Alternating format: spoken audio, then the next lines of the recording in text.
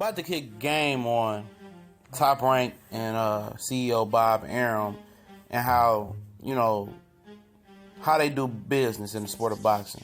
Now, I've been on record a lot of times explaining this, but this is the first time I'm going to do a concrete video. And this your boy CJ Goodfellow. We back with the boxing clinic. Shout out to the LDBC one time for the one time, all that good shit.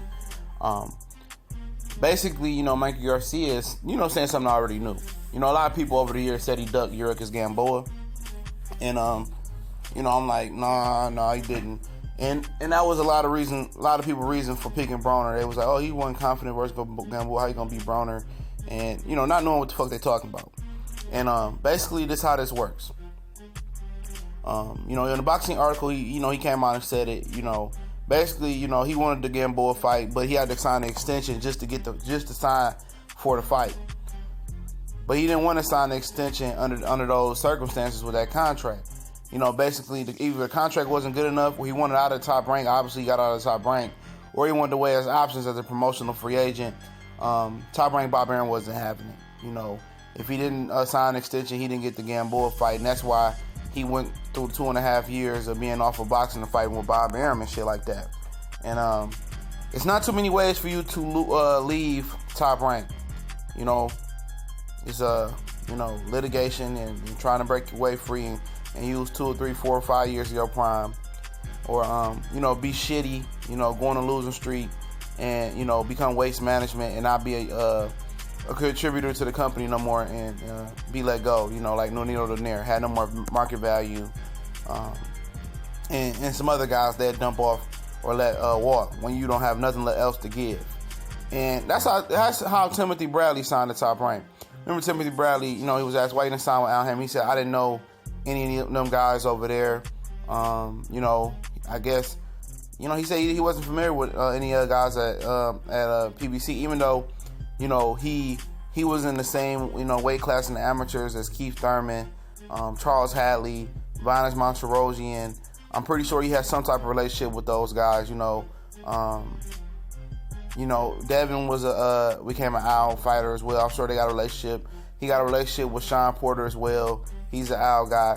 So, I don't know at the time if he had a relationship with all those guys, but, basically he was promised a Manny Pacquiao fight if he signed with Top Rank. And that's how he got signed with Top Rank, just as a Manny Pacquiao fight.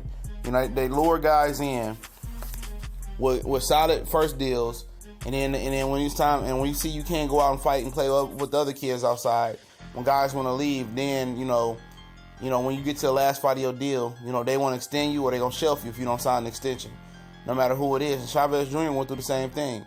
They was trying to put him in a lose-lose situation before he walked out and signed when he signed with Al Hammond. He wasn't having it.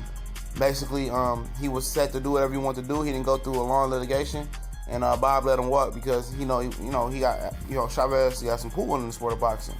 And basically that's the waiting game. They use their cash cows to recruit other guys and promise fights.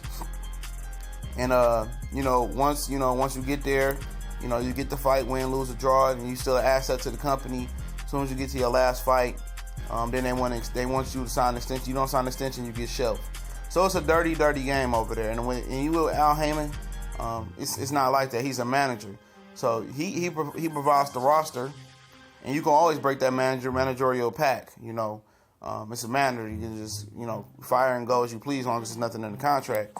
He provides the roster of fighters, and he has other promoters like Lou DiBella, Yvonne Michaels, Mayweather Promotions. He had these other promoters, and they have their own fighters. Fight their fighters, or he fight their own fighters, and the promoters promote the fights, and he just provides the roster. And you can fight whoever you really want to fight, as long as the deal is right. And a lot of people understand why doesn't Top Rank fight PBC fighters?